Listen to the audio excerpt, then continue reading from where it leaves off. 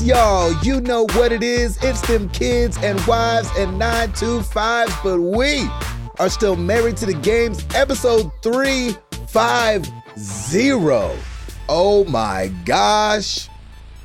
We have 50 we have 50 episodes left until we have to figure out what we're doing. So it's doing for episode 4. Barbecue in my house, huh? 400? Is that what we're doing? Exactly. Nice.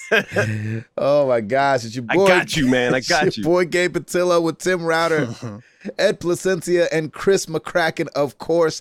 And as always, we are talking games and life and games. And speaking of, I got to say before we get rolling, this last week for us here at the podcast was a little bit of a roller coaster of emotion. We got some really cool and encouraging emails this week, and we were like, oh my gosh. And then we got some extremely tough news over on the Facebook group.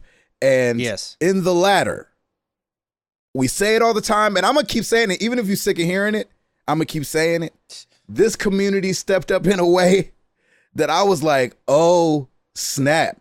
When it comes to the tough stuff, we are not the family to say we're family and then shy away from the tougher issues. So I've got to tip my hat, take it off, stand up and applaud our community for stepping up when things get really tough, real tough. So thank you guys for doing that and for showing off and for us flexing our muscle in that way. It really is awesome. Eduardo. Yes, sir. Oh, I didn't get to check in on guard, you. huh? I didn't get to check in on you yesterday. You were playing Layers of Fear on your stream. Yes. Jeez, So really? I was glad I a was little busy. light gaming there. I love that your title said like now for something less stressful or something crazy. Yeah, that was good. What made you, number one, tell us how you're doing, why you played Layers of Fear, and then what else you're playing? Is it like the third time you've played that?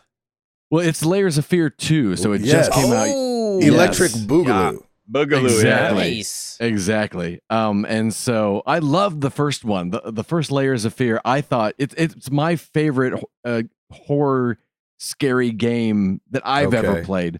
Mostly because it's all the first one is basically all vibe. You never really see anything. Kind of like there's Blair nothing- Witch Project kind of thing? Yeah, it's like Blair Witch or Paranormal Activity, where All like in imagination. Paranormal Activity, like you didn't see anything until the very last part of the movie. The rest of it was all just atmosphere. In which one? What movie? Paranormal Activity. Okay.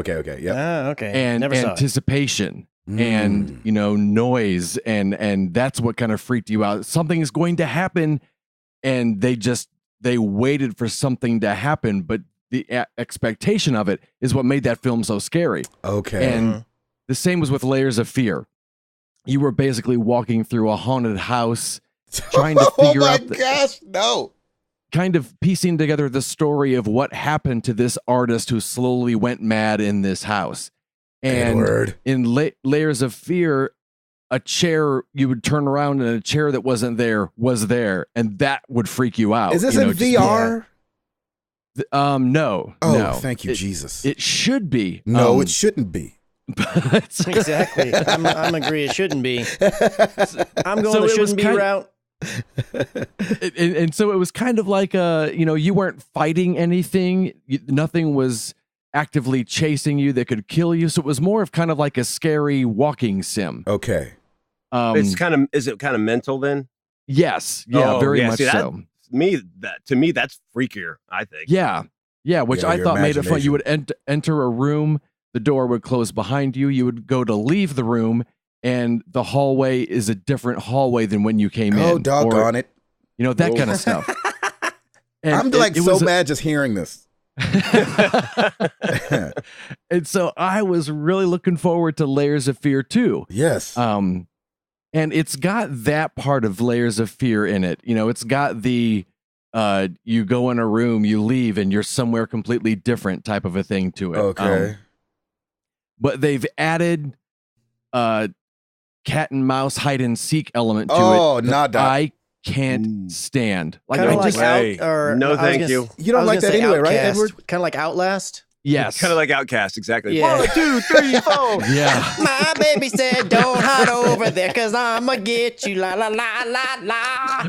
Nice, Chris. You Oh open my a door gosh. and You and me, Andre baby. 3000 is there. And That's right. Oh, I can play this game then. yeah, As long as I get to shake it like a Polaroid picture, exactly. I'm good. Exactly. That's how you juke the enemies. You're just shaking yourself like a Polaroid picture as you run. Ah. Like you do in Call of Duty, back and forth, so you I avoid the didn't. shots. Okay, I missed that in the trailer. Yeah. That was They the kind of kept point. that. It's kind of a spoiler. Sorry about that. But Okay. Aw. You Sorry, shake it like a Jackson. Polaroid picture in Fear, Layers of Fear 2. Exactly. Okay. I am so scared. Never meant to. No. Anyway, continue. and I don't like those kind of games just because I don't like to Yeah. feel helpless. I just don't enjoy them. That's right. Um, And Amen. when we first kind of encountered that kind of thing, I was like, oh, darn, I'm kind of bummed they threw that in. And then when it happened a second time, I was like, oh no, is this game just and some parts of it, it's not just a hide and seek.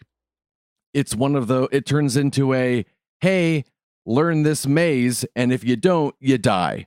And so they okay, I have to go here, and it started to frustrate me, and I was like, no, they're taking what I've they had really cool elements of they had a not elements of, but a throwback to The Shining. Oh that wow. was super subtle, but you kind of look through this hole, and the room on the other side, it was the same carpet from The Shining, and the little tricycle / scooter thing Yeah. the little boy rode around was just sitting there. So if you didn't know cool. The Shining, you wouldn't know that's it. And cool. I was like, oh, that's Like a awesome. little Easter egg. Exactly. But they started to do this hide and seek stuff that sometimes it wasn't really explained what you were supposed to do or how to get away. And as each one came, I just got more and more frustrated. What are you hiding from, by the way? It's like an entity, like a black, ugly entity. Just a Doggone it. floaty. It's kind of like somewhere all other. squiggles, and the picture goes all crazy and crooked and what have you. But one thing that I didn't like about it is the fact that it's impossible to get away from it on the first time you encounter it, each time you encounter it, because you don't know that it's going to happen. And when it does, you're not sure what you're supposed to do. And so each time it would happen, I would get more frustrated. And I played for about 3.5 hours, and I was like, you know what? I'm not rage quitting, but right now it's more of this isn't really the game I was expecting. Yeah. And I don't like this kind of game. So the chapter I was in, I read a review after I played, and they said, this one review said there's a ridiculously stupid chase scene in the second act. And so part of me thinks, does that mean there aren't any more of those? Because it happened only in the second act. It happened a few times. So part of me is like, maybe I should go back to it, and it'll go back to the layers of fear thing, and the chasing around was just that element of it. So I haven't decided. But maybe when that's I'll what go you back. need, man. Just take a break, go back, do something else, and then come back to it when you're not as stressed. Like, Yeah. And just see. And like, if the moment you start it again and you get stressed, you're like, all right, I'm out. Right. And what's really a bummer is that I went to Layers of Fear because Days Gone stressed me out. Oh, really? Oh, boy. It's been a stressful week for you, man. What's It's going been on with that? A rough gaming week. Oh, no. Some people had told me I've already taken on a horde, or I've taken on 2 hordes, and I've always played it as I see a horde, I kind of give them some room. I'm more of the stealth player. Yep. And there is a mission that I found where you have to fight a horde. Okay. Yeah, yeah. And Which you knew was coming, right? Like you knew it was that had to- inevitable that you were gonna run into a horde. Right? yeah. And it's funny because I still, if you had said today you're going to fight a horde, I would have said I don't feel prepared. I don't know how. Okay, They've there you never go. really told you how to fight a horde. So I didn't feel like I had like the equipment to take on a that's horde. right. That's right. Yeah. And one of the big bummers about it is all of a sudden this mission begins and you can't just like swap out your guns and your gear. You have to go to a merchant and say from now on, or a locker, these are the guns I want to have. And the story begins, and all of a sudden it's like you're fighting a horde and they take you there. And it's like, all my stuff is sniper rifles. I don't have a submachine gun. I don't have anything.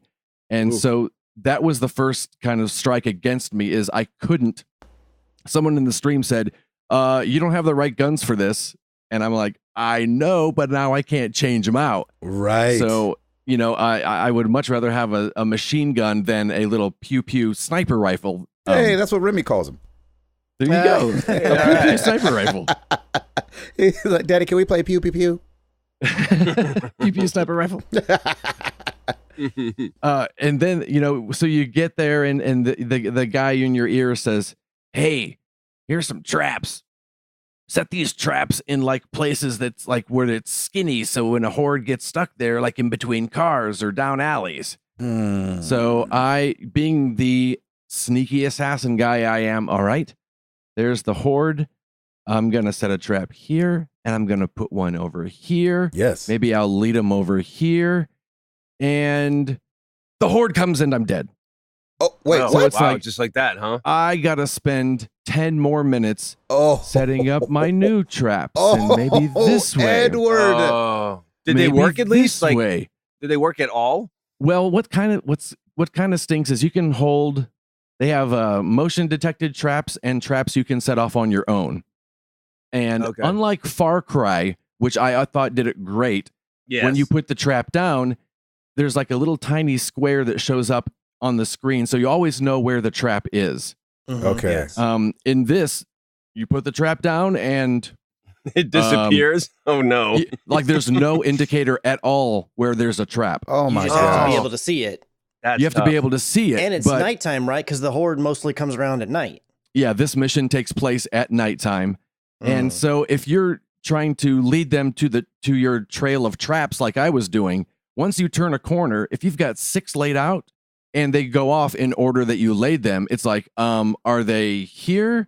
I have no idea where they are in relation to my traps because I'm running from the horde.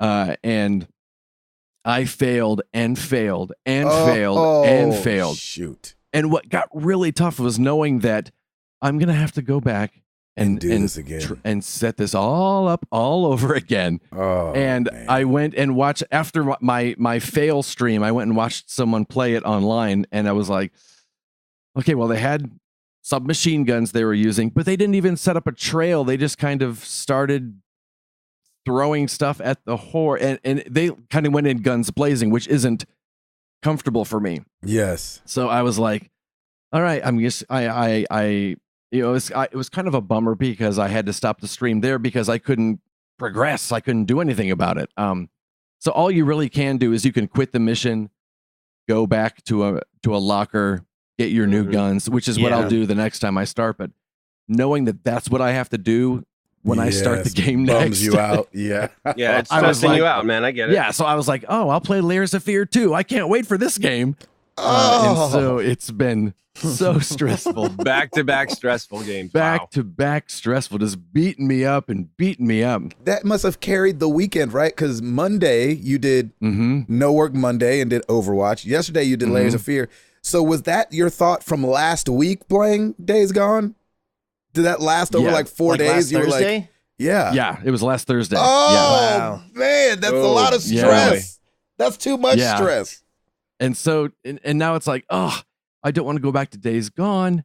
I don't want to go back to Layers of Fear because I don't know what's going to happen. Is the chasing done? Edward. And so last night, off the stream, I was like, you know what?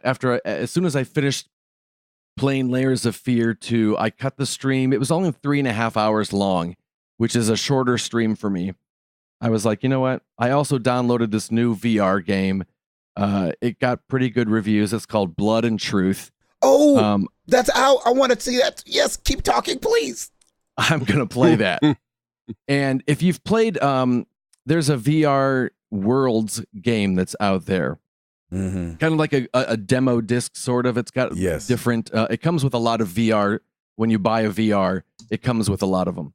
And there was one section of that where it's kind of like a gangster theme. You're playing with like in the mob type of a thing. Yes. I was looking up and I was like, what is it? I was like, I know this name. And then you mentioned the mob thing. It's like, I know what he's talking about now. Okay. It's the same. I believe it's the same company. And it's kind of like they were like, oh, people liked this. Let's make a game kind of centered around you're in the mob. It's an action type film. Yeah. And this. Come on, Ed. Come on. This is the best VR game I've ever played. Whoa! Wow. There it is. That's what I'm talking about, man. You heard it here first. Wait. Say that one more time. This is without a doubt the best VR experience I've had in my life. Are you talking about the running and gunning and you're in the cars and they're flipping around and all that? Yes. Oh, wow. I am getting it. Yes. You know, what's crazy is on that demo disc that had all the little experiences, that was the best one on there, the one that's the precursor of this kind of. So that doesn't surprise me at all, because I was like, man, if they could make this like a full game, it's going to be on. It nice. Way. On. I played the first. There's kind of you play for a mission, and then the credits start. So the pre-credits experience, I played, the credits started rolling, and I pulled off the visor, and I was like, Sarah, you have to play this game. You're gonna love this game. Nice. Really? That's great. The set pieces that they've put you in, you know, if you're leaping from one thing to another, you feel like you are leaping. I found myself waving my hands in slow motion, kind of like in big circles, with the game. And I don't even want to say what happens in the game, because part of the greatness was the surprise. You pew pew pew though, at least, right? Gosh. You pew pew pew. You pew pew pew. Yes, there's a lot. And I've never done a first-person shooter in a VR game and felt like it just felt so good. Oh my gosh. Moving around felt great. The What's voice the movement type? Is it like fluid motion? Is it warping? Is it? You can choose. I chose the fluid motion, and it's really smooth. They do it very carefully. The first couple times I was like, whoa. And then I didn't really feel anything much after that. It's about, I wish I had timed it, but I started playing it and then stopped and cooked and then finished it. So I want to say it was around 5 to 6 hours long. Okay. The whole game? The whole game. Okay. And it's just amazing what they've done. Wow. It is. Oh, you play so with the wands or the controller? You can play with either, but if you don't play with the wands, you're not experiencing the game. Yeah, yeah. I'll probably end up streaming it, but you can't start a separate game, and you can't even because I wanted Sarah to play it, and I was like, after I finished, or I actually was halfway through, and unless you go into the PlayStation and delete your save data, you can't even just start a new game. You oh, interesting. It's just continue. And so I played it, finished it, and was just the ending, the final set piece was just incredible. I could not believe, for as long as I've played VR, I couldn't believe, like, I felt like I was experiencing VR for the first time. What the heck, Edward? Wow, man. How long are we talking? He's at 5 or 6 hours, right? Yeah, about 5 or 6 hours, I believe. Yeah. So I finished playing it, and I asked Sarah, I said, so do you want to, when she had played, she played a scene in my game. I was like, you should really try this game. I was done, and I was like, Sarah, do you want to play? She's like, yeah. So she started over from the beginning, and she played for 3 hours. What? Wow.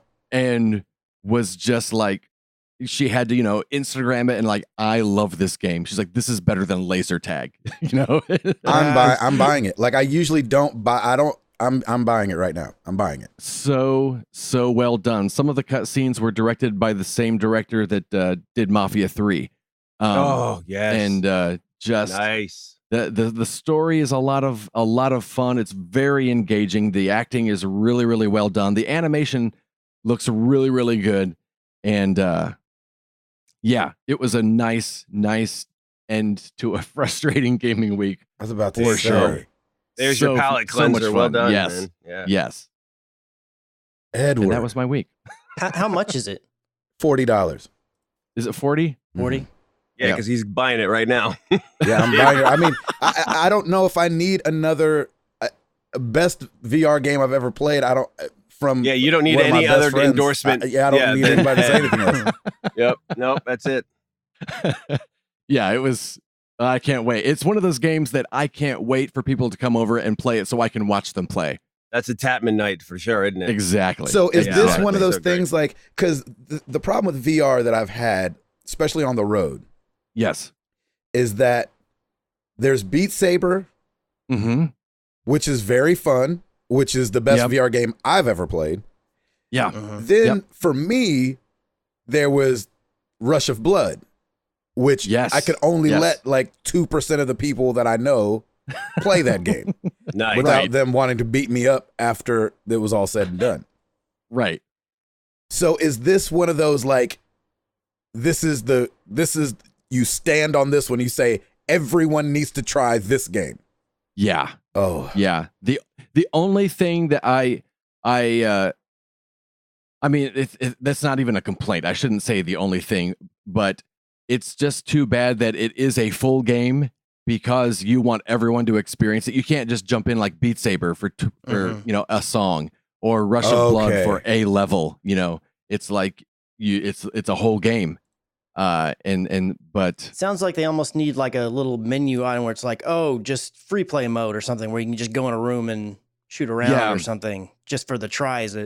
And even after and I think you can go back in when you're done. I saw in the menu, I didn't go into it, but it looks like after you finish, you can go back into specific missions and play them.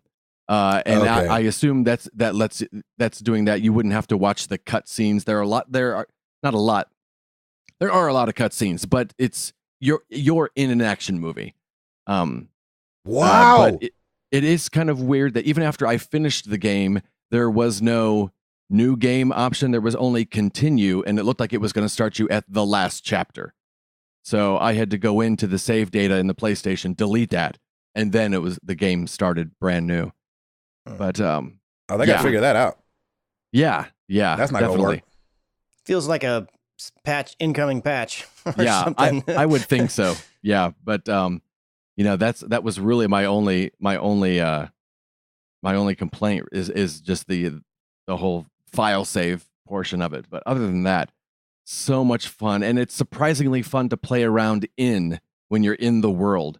Sarah spent I don't know how much time taking wads of paper off of a desk and trying to make a basket in the trash can that had a little basketball great. backboard on it.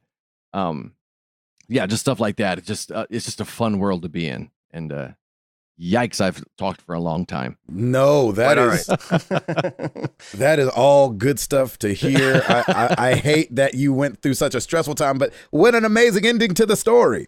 Yeah, there you go. Yeah. Exactly. Yes.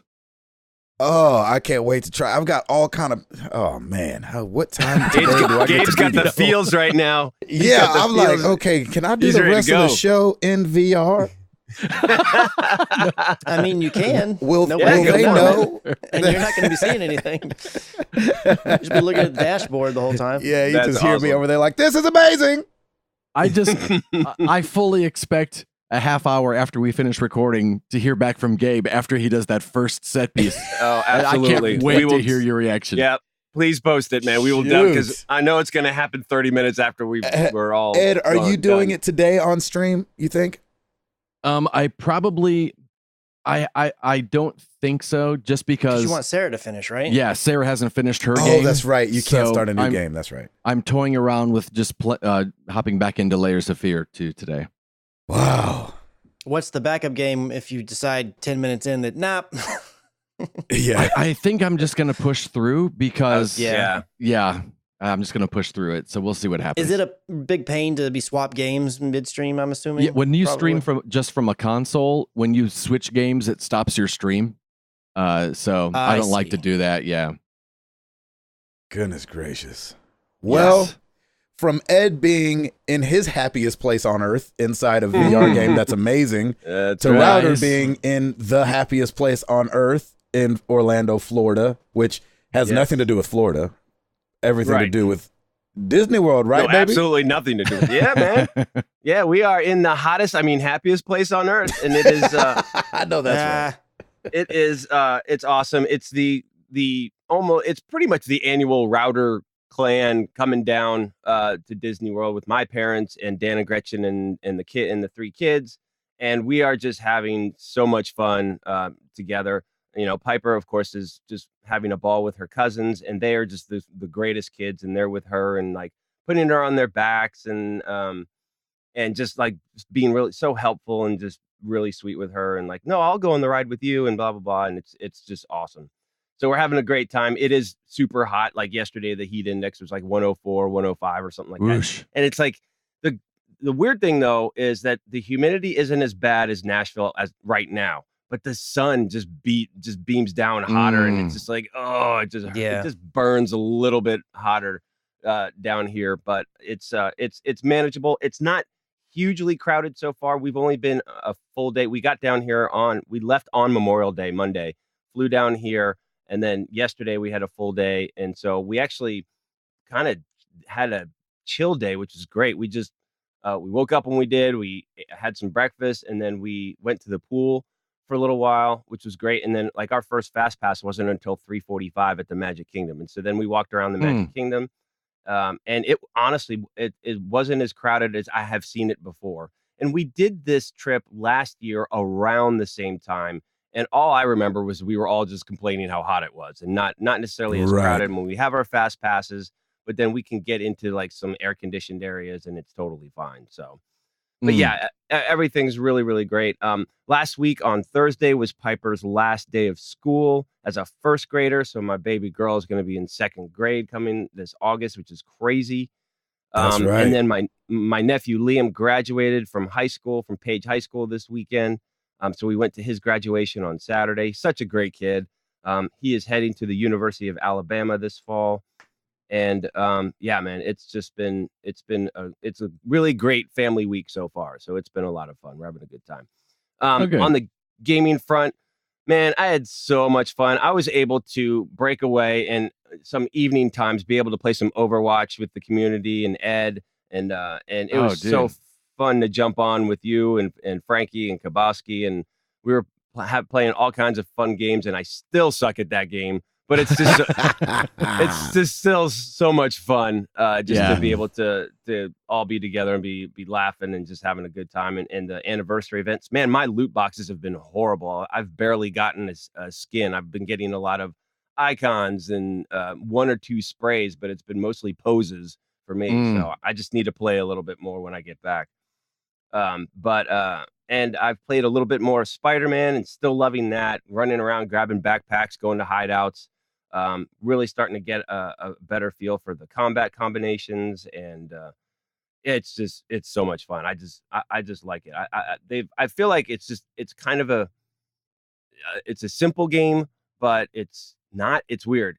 I feel like the interface is fairly simple. It's easy to work through, and I keep forgetting it's rated T for teens too. So I feel like they may have just kind of dumbed down everything a little bit and just made it a little bit easier. And I love those kind of games. The simpler for me, the better.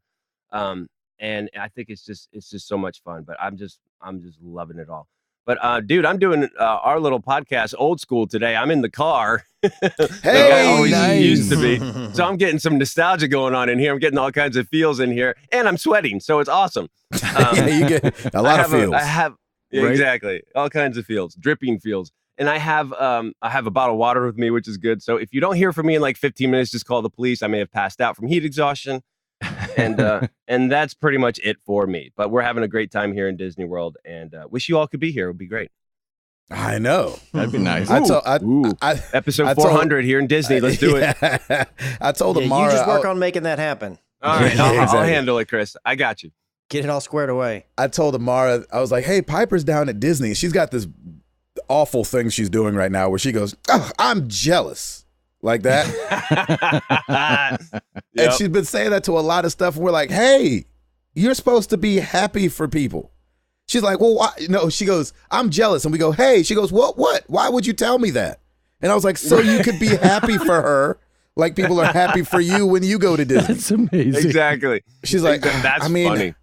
I am happy for her. I just wish that I was there too. Was there. You're right. Exactly.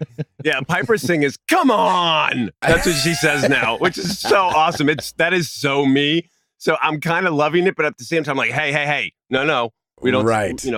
We're happy. We're encouraging, but it's like, hey, we're going to do this. She's like, come on. I'm like, oh, I'm so sorry, babe. That's so me. Oh, no, it's good stuff. Anyway, that's it for me. And Clash Royale, I meant to say. I was about to say. Always Let's Clash Royale. crazy. Still playing it. Right. Still playing that game, man. Woo. Chris McCracken. Yes. So this last Friday had yet another game night. I've been on a game night, like board game night, like a little kick here for a while. We went a long time where we didn't have one for like months. And then all of a sudden it feels like we've had like 7 in the last like couple weeks or something. It's crazy. So we had a game night on Friday. Our friend, the Karrases, hosted it. They're one of the people that came over and played when we had our game night when we hosted whenever Mr. Eduardo was here. Mm-hmm. So that was a lot of fun. Got to play. We played this new game. Oh, shoot. Doggone it. It just literally just went out of my brain. It's basically like Cards Against Humanity, but it's based off of memes. So you look at a picture and then you choose which card, like which dialogue you want to go with that meme picture. And it's a lot of fun. What do you meme? It might be called that. I'd never heard of it before. I was like, I've got to go get this game, or one of us in the group's got it. It was another couple that we had invited brought it, and I was like, we've got to make sure this is something we play a little bit more often because it was a lot of fun. I think that might have been the name of it, but it slipped right out of my head. But yeah, a lot of fun. Definitely check out that game if you're into like board games and card games and whatnot. And then on Saturday, we drove up to Oklahoma because we still hadn't had a chance to go visit Stacy's mom for Mother's Day. Mm-hmm. So that was what we just went up there and just had dinner with her mom and her dad and just kind of spent some time with them in the evening. And then weren't really sure what the game plan was going to be on Sunday. We wanted to keep it open just in case, but we ended up getting up early. And then her dad was going to be going golfing that morning. So we just got hung with her mom for a little bit for breakfast. And then we headed back home and then just spent the rest of the day here at the house, took it kind of easy. And then on Monday, Memorial Day, I just stayed at the house, kind of did a few things around here, and then played some games, played some Overwatch. Stacy went down to Waco with Katie, a friend of ours. She'd been itching to go back down there for a long time, and I was like, "Well, you know what? It sounds like you and Katie both want to go, so you go have your girls' day. Y'all go, eat at the table, Magnolia table down there, and then check out Magnolia and do all the get your cupcake and whatever else that you're gonna do. Go have fun." And she had an awesome time doing that, and was really happy she got to do that. And I just basically played, and all I've been playing since the last time pretty much is Overwatch. A little bit of Apex here and there, and definitely when I'm on the go, I'll throw in some Hearthstone, but it's been pretty much only Overwatch, trying to get as much stuff as I can. And it's so hard to not just, because I'm sitting on all these coins, it's so hard to not just go in and just buy what I want. Because like, I see the thing, I want it now. I've got the money, I want it now, give it to me. And I'm trying to be as, disciplined as I can to just wait. It may drop for me just naturally in the event, and then I can save my money. Mm-hmm. I did bite the bullet and I bought the Winston Gargoyle skin. Nice. It was too good, and I didn't want to wait anymore. So good. That's awesome. Outside of kind of like router, outside of sprays and voice lines, maybe man, it's been the only other thing I've gotten from this current event is I did get the Ash Dance dropped for me.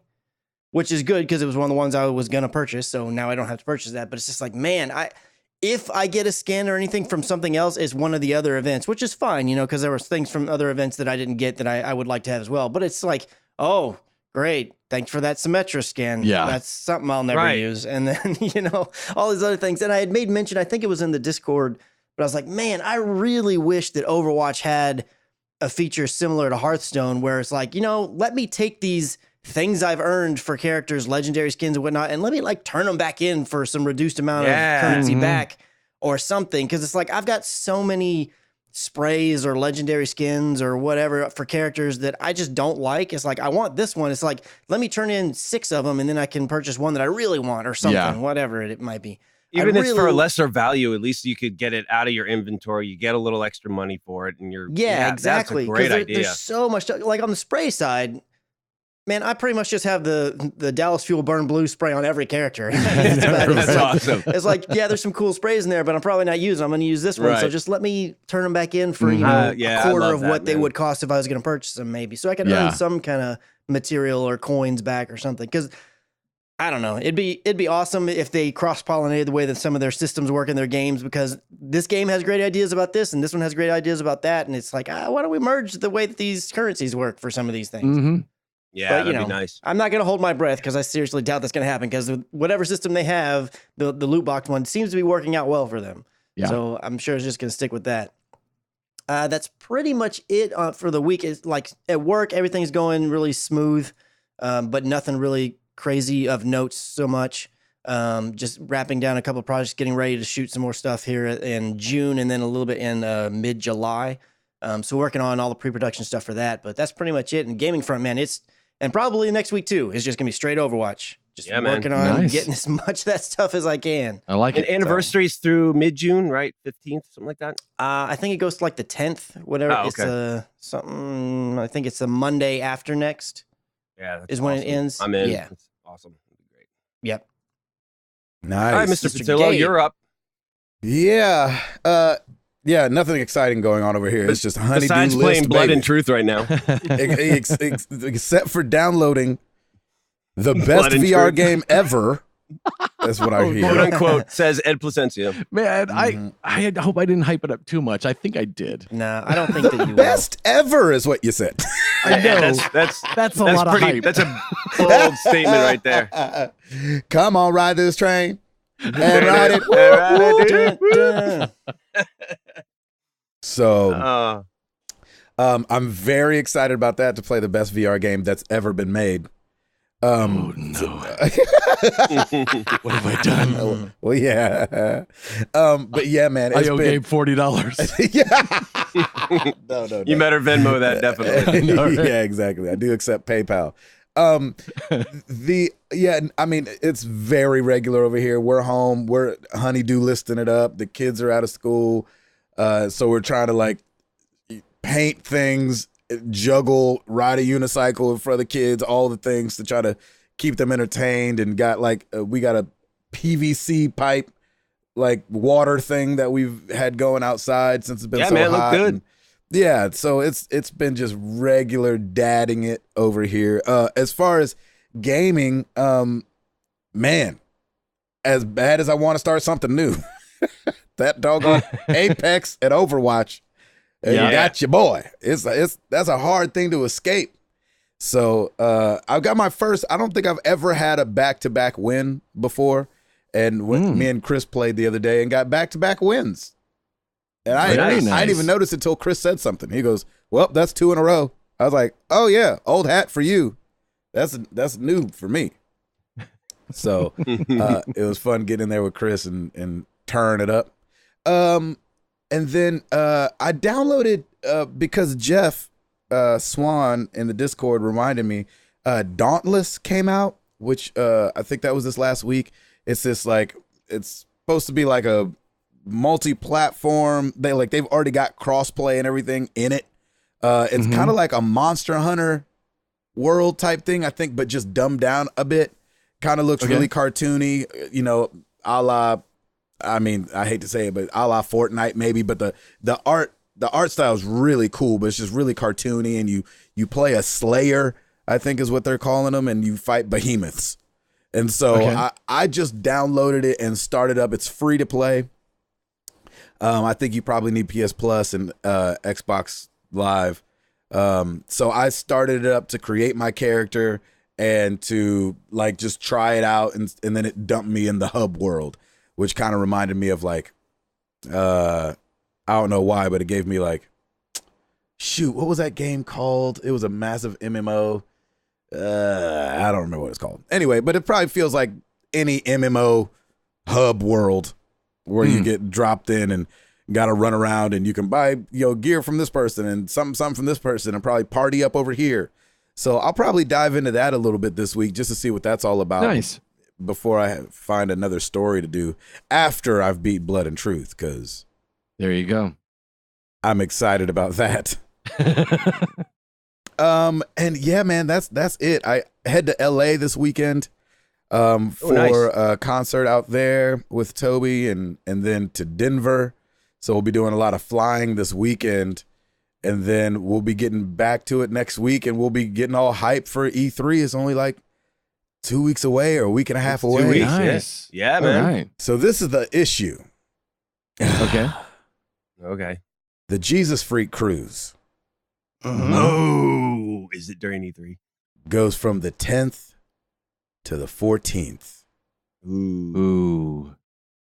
Well, That's maybe they'll have internet all like Ed got when he was on during the cruise. E3. And I'm so sad about it. So we got to work out something. I might be here in 2 weeks. I might not be. So if I'm not, I'm going to be so sad about it. Because, you know, the Jesus Freak right. Cruise for me looks a little different than Ed's cruise with his wife. Yes. I have to work the whole time. And it is just grueling and tough. And I'm grateful to be on a cruise, and my wife is coming, and I'm grateful for all good. that.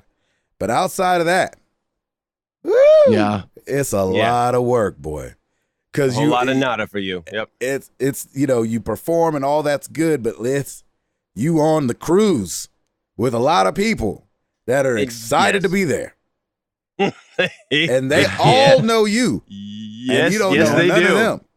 Yes, So, yes. Unless you've met a couple times, they're like, you don't remember 2013? Exactly.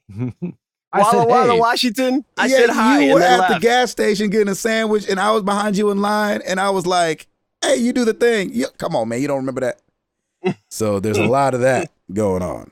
And you're doing multiple shows, right? Yeah, well, DC Talk does like the last Right. 2 days. They do like 3 shows, and then Toby and us do a couple shows, and then Ryan Stevenson will be there, so I'll do, you know, Eye of the fun. Storm with him and stuff like that. John Christ will be on the boat, so I've never awesome. watched his comedy before, so I'm probably gonna take you in gotta check that him out. and That's see if I like that at all. You may or may not. We'll see. So yeah, we'll see. So anyway, that's 2 weeks from now. I'm getting ahead of myself, but I meant to ask you, not that I'm stalking you or anything, but man, you got your deck boards. You got a deck to build, don't you? That's right. My deck is getting built today, or at least getting snap. framed Very nice. in today. All the wood got dropped off yesterday. That was a lot of wood, dude. It's a lot of wood. That was a trap. I was like, oh snap! They brought in a flat trailer. Holy cow! Yeah, All I right. was like, what? And they came and dropped it off. I was like, oh yeah, I forgot this deck is about to be humongous. So Nice. That's awesome, though, man. we have killed off half of our grass. I don't have a big backyard anyway. It's a very because I live in a cul-de-sac. Anybody who lives in a cul-de-sac, you always know that your backyard is always weird. It's always at a weird, like, obtuse angle in the back because of how the yard has to go. So, and then there's a park behind my house, and then there's a tree line. So I have like this really strange, wide but narrow backyard, and it's just full of roots, and like the grass doesn't grow back there great because it only gets sun in the afternoon. And stuff like that. So me and Jenny kind of made the grown-up decision. We were like, you know what? We're going to kill off this yard and put a ginormous deck back here. So I love the it. deck What a is great going to go idea. from the house all the way over to the shed. And of course, that doesn't mean anybody because nobody's seen it. But just know that the deck is like, it's going to be like 40 or 50 feet by like 20-something feet. And so That's awesome, man. We can't wait to enjoy that. And I'll be the first over with margaritas, brother. then please. And so we our big line right now that we keep saying is like, is the deck built yet? Is the deck built nice. yet? Because it's kind of an annoying walk for me, especially. I have to go out the front of our house and around to the back to the shed. Yeah. Because there's no stairs there anymore. Like we did the demo. Right. I don't remember if it was earlier this week or last week. I don't remember if I talked about it on the podcast, but I was out there demoing the deck, and anyway. Ugh. So yeah, that and Clash Royale. I'm just kidding. Nice. I'm just glad you're not doing the deck man in this heat. That you got some guys. You to know do what? It, so. This is the first thing I think almost ever that I will be able to see completed without let go and let God. I know. Let go. I'm gonna still and be let out God, there though. man. I'm gonna still be out there turning a wrench or something. Yeah. I can help you carry that. Yeah. Exactly. Like, go inside. Be with your family. We got this. You're just in the way at this point. Yeah. So, it's a Router. Thing. That's awesome. Yes, sir. You got it all the way from Disney World? Got my drink of water, so I'm staying dehydrated, and I got this. Staying dehydrated. I mean, staying hydrated. Sorry, Yes. not dehydrated. All right. To avoid dehydration. There Maybe it's you already go, kicking there in. There you go. I don't know. Anyway, I got it. Well, let's do it!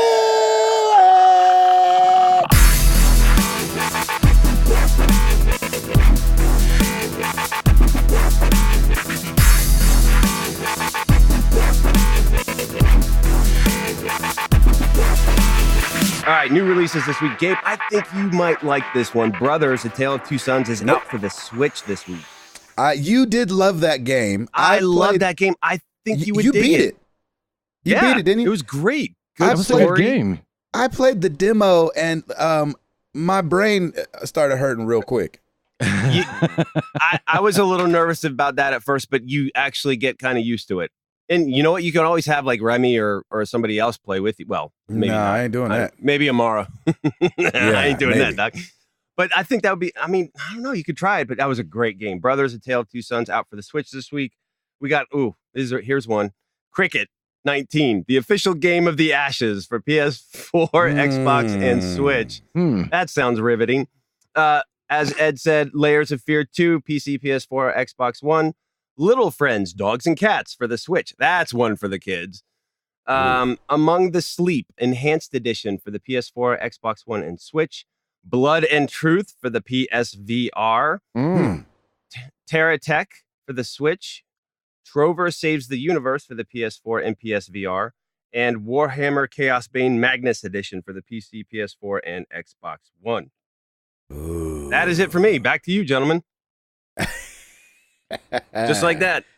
Chris McCracken. Yes. Tell me something good.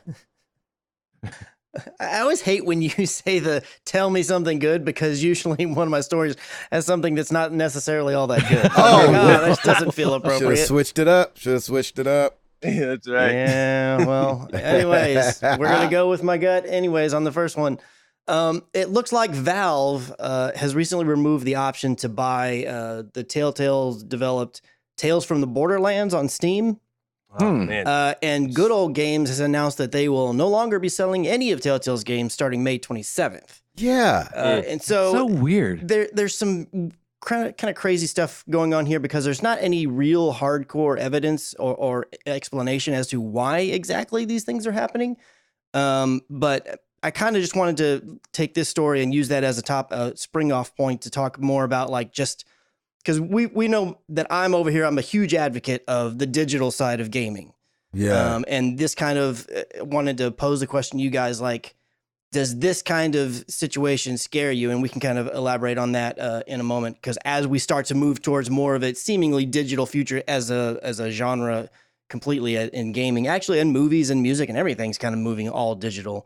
But Good Old Games, they did put out a little bit of a statement, and they said, sadly, we need to inform you that due to the company's closure, all remaining TellTale titles will be delisted from our catalog on Monday, May 27th. It said we received an official agreement termination and title takedown notice from TellTale Titles, and we are processing it within the appropriate time frame.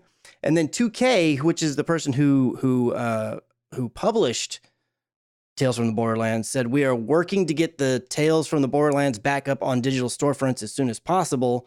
So there's some weird back and forth kind of thing. And then, I always understood it that if you are the publisher of the game, you really are the one who owns the rights. Like, you could usually, sometimes there's a deal where the developer may own the IP, but you own where it all gets published at. Mm-hmm. So clearly I'm not fully understanding how that part all works, because I thought if 2K published it, they could be the ones that said, hey, this game stays on the storefront. But that's obviously not the case, at least with Tales from the Borderlands. And then it seems like the other TellTale games may be bouncing out as well.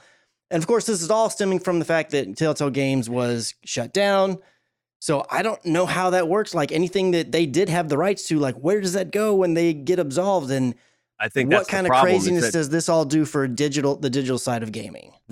Well, my thing too is like, why is it that if something, the way it's worded is what confused me. Like, due to the company's closure, you're like, well, yes. What does that have anything to do with it? You know what I'm saying? Yeah, like you can things buy close down all the games. time, right?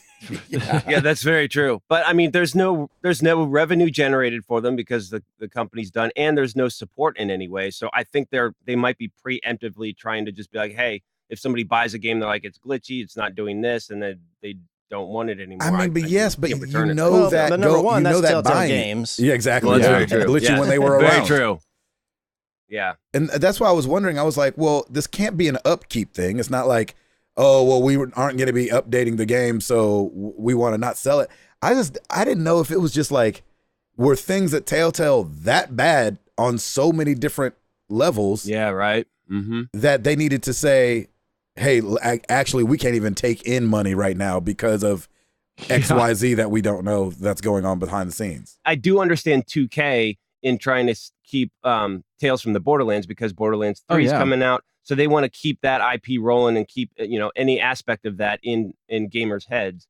So I can understand them maybe trying to buy the licensing out, or take, I don't know how they do that, but be able to take over that game and keep that as part of the whole Borderlands entity. But I don't know. I mean, it sounds like they just took their ball, went home, and they can't generate any revenue because there's no company to yeah, but there's an account somewhere that can collect this money. But I just feel like is it leaving like the PlayStation Store and stuff as well?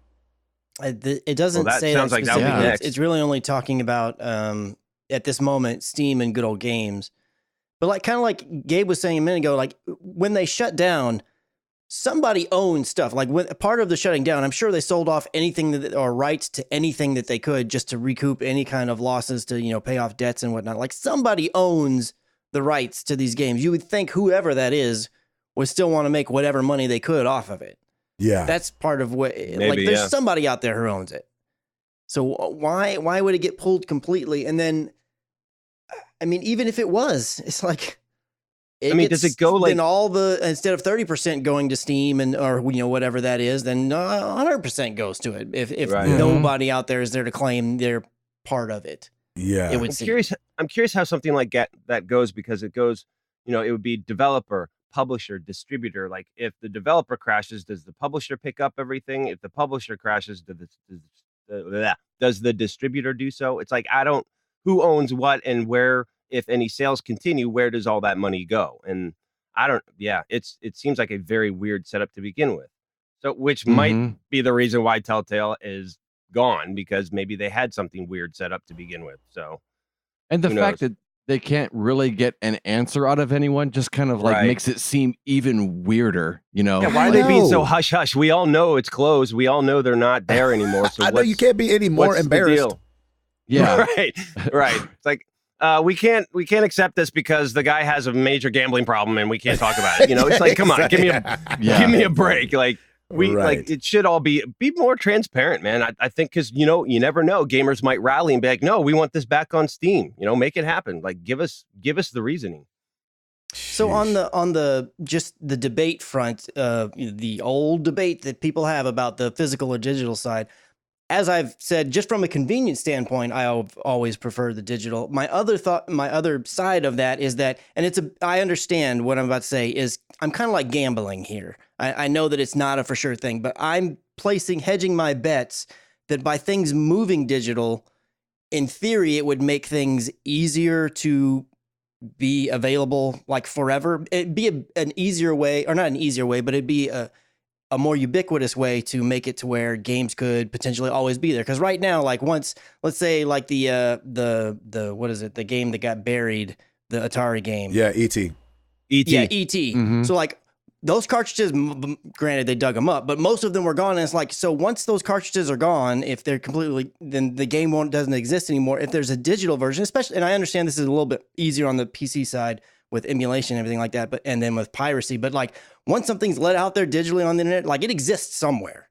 somebody has that and can get that and then can redistribute it so that in theory nothing will ever be gone. Now obviously it's different a bit whenever it's on the console side because they're lockdown systems and all that kinds of stuff. But the flip side of that, if it doesn't go that way of making things easier to preserve and keep around for longer periods of time, it's the opposite where if somebody could just pull it and then now because there is no physical version of it, you don't have access to anymore. It's going to kind of be like a catch. It's going to be like which of these two ways is going to end up being the way that things end up going. And it's a bummer to see this game go, especially being that it really bummed me out personally because I was like, this is Ed's favorite game. You know, it's like, I don't want to see something like this happening to any game really, but definitely not to one that, you know, one of our guys loves so much. So my it's a bummer. issue with digital when it comes to this stuff is this isn't touching it as much as my main issue. What I've always been scared of in the back of my mind, and we've seen it happen a couple times, is when you buy something and then can no longer access it. So what I mean is if I buy the digital copy of Borderlands and I download it and I'm playing it, that's great. Now, if I delete it because I need to free up space on my hard drive and then can't get it again, that's where my biggest problem with digital is. You know, we saw it with PT. However, PT was free. And so the fact that you could download PT, the, you know, playable teaser from from Kojima, and then it went away, and unless you kept it downloaded, you couldn't access it again. That's annoying, yes, but that was also a free give. And so it's not like I needed to own it. So I like being able to own the thing that I've bought. That's my own. That's my biggest thing with digital. It's like if we're gonna start taking down stuff, as we've seen stuff get taken down before, hopefully there's still a way to re-download it if I've bought it.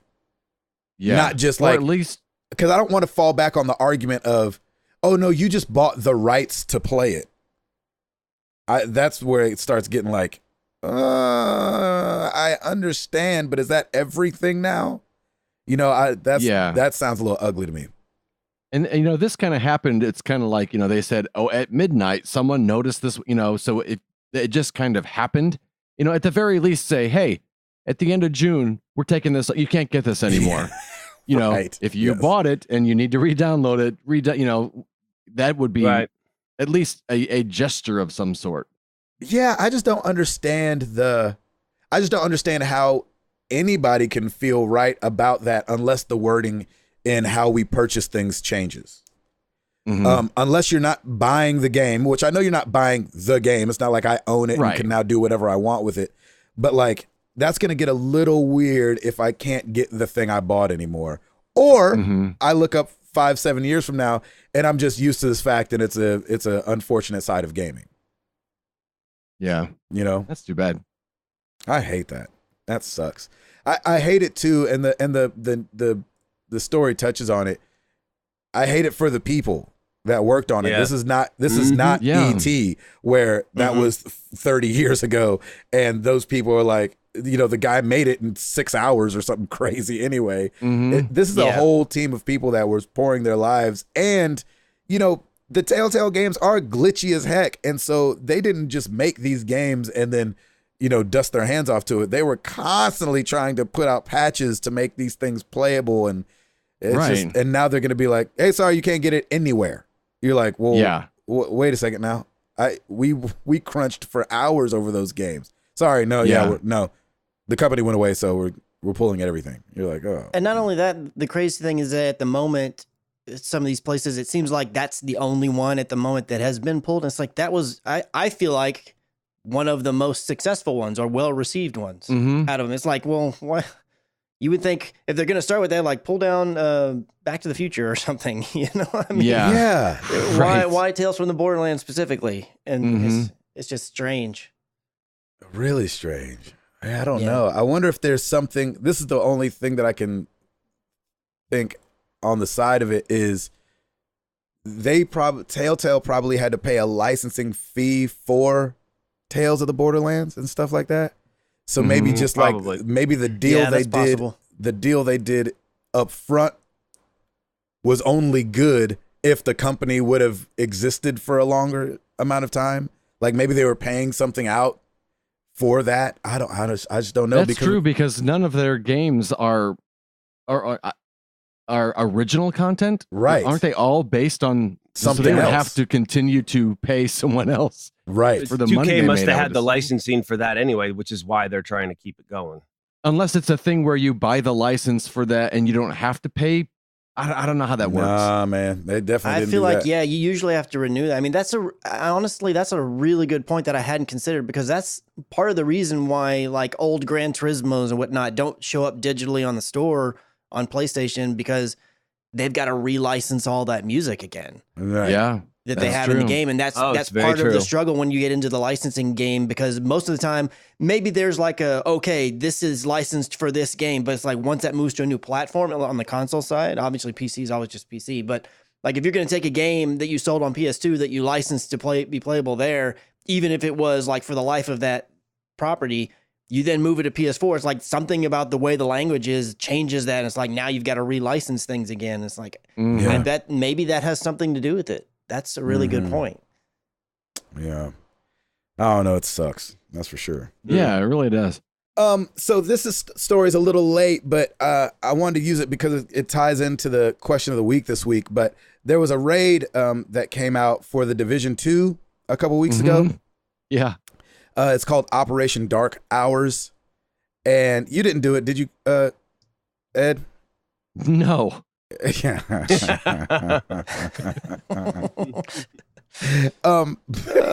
But what's weird is that after when I see Noah Patterson and Jared Orr being like, okay, we got to make sure we're good enough for this, I'm like, oh, I'm not going to be good enough for that. Yeah, I'm not good. I'm not showing up for that party. So 3 days after it's released, raids, Chris can speak more to this. I have very limited memories when it comes to raids. We did raids in Destiny, which were fun. They were hard. They took a lot of cooperation. You really had to be talking. We always were like, hey, if you're doing this part, don't talk, because these people over here need to really discuss what's going on. And so, part of the party would be quiet while these other 3 people were like, okay, go now, and doing all these things. And they get difficult, and that's what makes them so fun, because once you beat them, you're like, yeah, we did it. You know what I'm saying? And everybody's yelling, and, it might have taken a couple days where you get to a certain point and, you'll start from there. So it's like, hey guys, all right, let's meet back up on Thursday and try to beat the rest of this thing. Because if you play some of these through straight, Chris, I'm not crazy for saying that some of them can take 5 hours, right? Oh yeah. Yeah. Especially when it's brand new and only just dropped, and people are still, there's not like guides or information people can share about like, this is how you do this. And everybody's trying to figure it out. Yes. Yeah, it can take a long time. So what's weird about this Operation Dark Hours thing for the Division 2 was that for days and days and days, it went unbeat on consoles. And so people were kind of making the case of like, hey guys, this raid is a little too hard for consoles. People over on PC beat it in like the first day.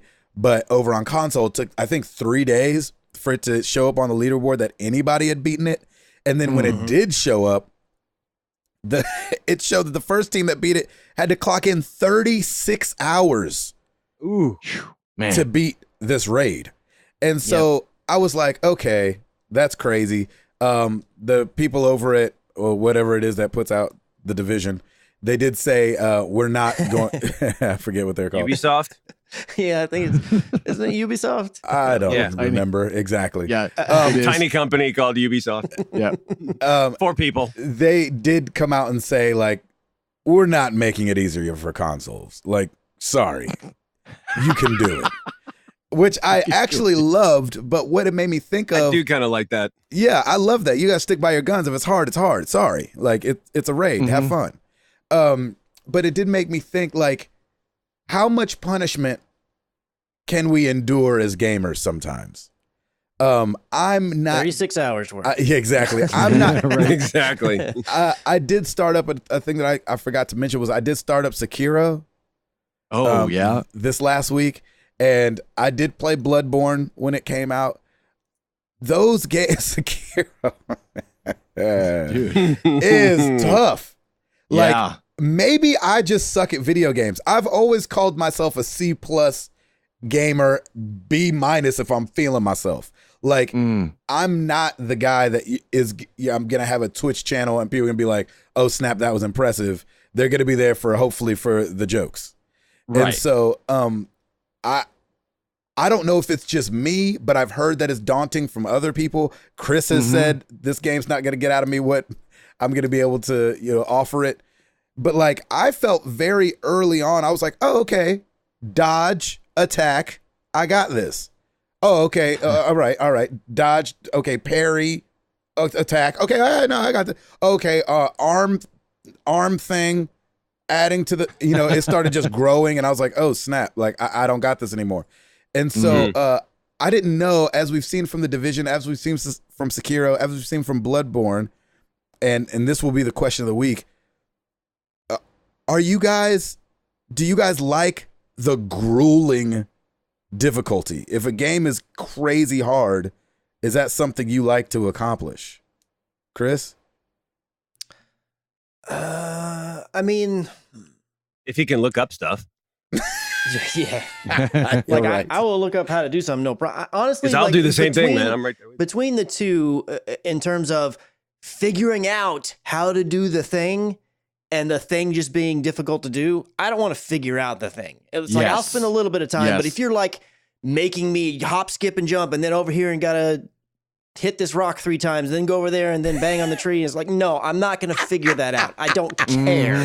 Hit this rock, then bang on the tree. Yes, exactly. I just want to bang on the drum all day. I mean, I don't want to. I don't want to. I don't want to do that. But if you would make the tasks difficult, that can get my interest. Now, I feel like I have a lower threshold than a lot of people. Like for the most part, like it's an anomaly to me that Bloodborne worked out so well for me. Yeah. Granted, I didn't finish the game. I really enjoyed. I kind of I liked the way it looked, and I kind of figured it out. And I felt like I held my own on that game. The Souls games just don't appeal to me. Sekiro, so far, the little bit I've played has been really hard. I feel like I may spend even less time than I did with Bloodborne, because to me, I can reach about Sekiro real quick. Yeah.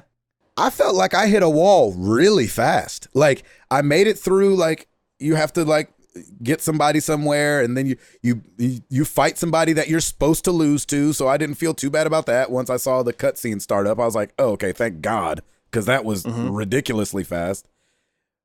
But then pretty soon after that, again, I was like, any like little mini boss instead of like just the regular guys that you were fighting, I was struggling with. Yeah. Yeah, so I'm still super early in as well on Sekiro. I haven't even played it since the last time I talked about it on the show, because I've been playing Overwatch. But to me, Sekiro has it really requires a lot of the parrying and like blocking. Whereas in Bloodborne, like there was a little bit of that, but it's mainly about dodge and evade. That I can wrap my head around a little bit more. So I don't know if I'm going to get my head wrapped around how Sekiro wants to do it. And then later on, as you upgrade, your ninja arm or samurai arm, whatever it is, I think you get some semblance of a shield and whatnot. So there's going to be even more of the blocking mechanic, I feel. And I may, I don't know. I may get my head wrapped around it. But the point that I was getting is how it relates to the story and your overall question is, I tend to prefer things to be more difficult, but even then it's only to a level. Once it gets past a certain threshold, it's like, nah, man, this ain't worth this. I'm not. And what I thought was interesting about Sekiro was, because I was with you, I was like, okay, block, parry, attack. I think I can do that. But then when it went into like, if you block, then you have to dodge this way. You can't just like parry, attack. You have to parry, jump if it looks like he's going to swipe, or dodge if it looks like he's going to do a downward strike. I was like, oh, snap. Like this is about to get crazy. Yeah. Like not only do I have to parry, move, attack, I have to parry, move in a specific way, then attack. You don't get to just parry, dodge to the right or the left. You got to parry, jump, or dodge. And I'm like, I don't know if my Twitch stuff can even handle that. Yeah. Ed, where are you at? Painfully hard games. I mean, no. It's not for me. And in yesterday's stream, I actually echoed almost identically what Chris just said. It's like, it's bad enough if it's one thing if I know, okay, I'm supposed to do this. I just can't I can't do it. I don't have the manual dexterity to do it. It's another thing completely if I'm like, well, I also don't even know what I'm supposed to try to do. I don't want any part of that. The last mission in the best VR game in the world was tough for me. But at the same time, it's very generous with the save points. And so like if in Sekiro, you're fighting a boss, yes, it's tough, but from what I've watched of Sekiro, you dodge parry, and then the boss changes up what he does. Now you got to do something else. If every time he changed up something, if you made it that far, it would start the save there rather than having to start all over from the beginning. That'd be Edward's level that he needs. But if it's, and I think maybe with the Division, it's not really known. When you think of the Division, you don't think of this game is tough, it's impossible to beat. So maybe that's what threw people off with this DLC is the fact that this extra is the fact that the raid. Wait, it's almost impossible. What's going on here? But, exactly. Yeah. When I heard about Sekiro, it's like that's one that I'll watch other people play. Right. Tim, where are you at? Yeah. I mean, if with the raid, you're with other people, so you would think you'd be able to figure it out and kind of come together as a team and, really try to build it out. Obviously, give that the old college try. And if it doesn't work, but I mean, you're kind of master of your own domain. If you think it's going to be too hard for yourself and you don't want to, you don't want to deal with it or you're too stressed over it, then you kind of don't play it. Like I remember in Assassin's Creed Odyssey, I spent an hour and 15 minutes on that stupid legendary boar. Yes. And I was cursing at it, but I kept going at it because I found myself getting better and better. Okay. Like this time I died, but I got half of his health down. How did I do that last time? I did end up looking up a few things just to see what powers they used. But then after I did that, I still spent 20, 25 minutes figuring it out. Like I'm willing to definitely put some work into it, but like there will be that threshold when you're just like, all right, I'm probably just not meant for this game. Mm-hmm. Okay, so I want to just, because maybe this is only interesting to me, but I really wonder, and I won't make this part of the question of the week, but I want to ask you guys, what is it that keeps you going when it does get frustrating versus something just being really hard? Because I feel like we've all, at some point in our gaming careers, have pushed past something that we were like, this feels impossible. This is taking me hours upon hours upon hours to beat this one section, but we do it. But then my mindset with Sekiro today is like, oh, that game's only getting one more try out of me. Mm-hmm. Chris, do you know what the difference is? The difference for me is all I need is a glimpse that I can do it. Yes. If I get a glimpse that I can do it, like for instance, I'll use as my example God of War. So I beat the first Valkyrie, and it wasn't easy, but it took me a few tries or whatever. But I beat one, and then I assumed as I go and find the other ones, they're probably going to be more difficult, or get a little harder as they go, and they kind of were, especially when you get to the very last one. And when I got to the last one, she was really hard. But I was like, look. There would be times where I would get her down to like half. It's like, okay, I'm making progress. I will get this down. But if I'm doing like in Sekiro, I can see myself, and just like in Bloodborne, I'm going to get to a point where it's like the boss's movements and their attacks are too varied. The pattern that I have to try to figure out is too elaborate. I can't retain that. It's just not going to happen. And then I'm cool walking away when I know it's like, look, this has gotten the better of me. I cannot do this thing. I'm cool doing that. It's whenever I feel like there's some little glimpse of like, this is something I can do. I don't want to be defeated because I gave up. I'm cool saying like, I've reached my limitation. Yes. But that's what it is for me. If I get a glimpse that I can do it, like with the raids you had mentioned before when we played in Destiny, I played every single raid up until the beginning, the first one in Destiny 2. And every single one is like, oh, I can do this. I could just tell. Right. I was like, I need the right team, obviously, but I can do this. I can perform the tasks that I've been given and make sure that happens. I can do this. And that's what kept me going on them. Yeah, and I totally agree with you. And I feel like that's the difference for me with Apex and Fortnite. Like when I play Fortnite, I don't feel like I can do that. Like I don't feel like I'm going to be able to get down fast enough on the controls, because I always played it on console, jumping around and building a mansion. Like, I just didn't think I was going to be able to do that. Honestly, yeah, that's a part of it for me, slightly. But Apex felt doable. Yeah, well, exactly. A slight addendum on the Fortnite one for me is like, I don't feel like I can do it. Like, I don't have the skill, and I will fully admit that. And on top of that, I don't want to do that. Like, that's not fun to me. Like, I like the gunplay and the evasive maneuvering. Like, oh, and I'm got little things out, and I'm building a wall, and now I'm building a stair, and now I'm going to jump off it. Oh, I'm building another one. It's like, that's just not for me. See, you know what's funny is that, like, when I zoom way back and look at it, I'm like, that's cool. That's a cool, like, I could imagine when they were sitting around coming up with Fortnite, they were like, what if we could do this?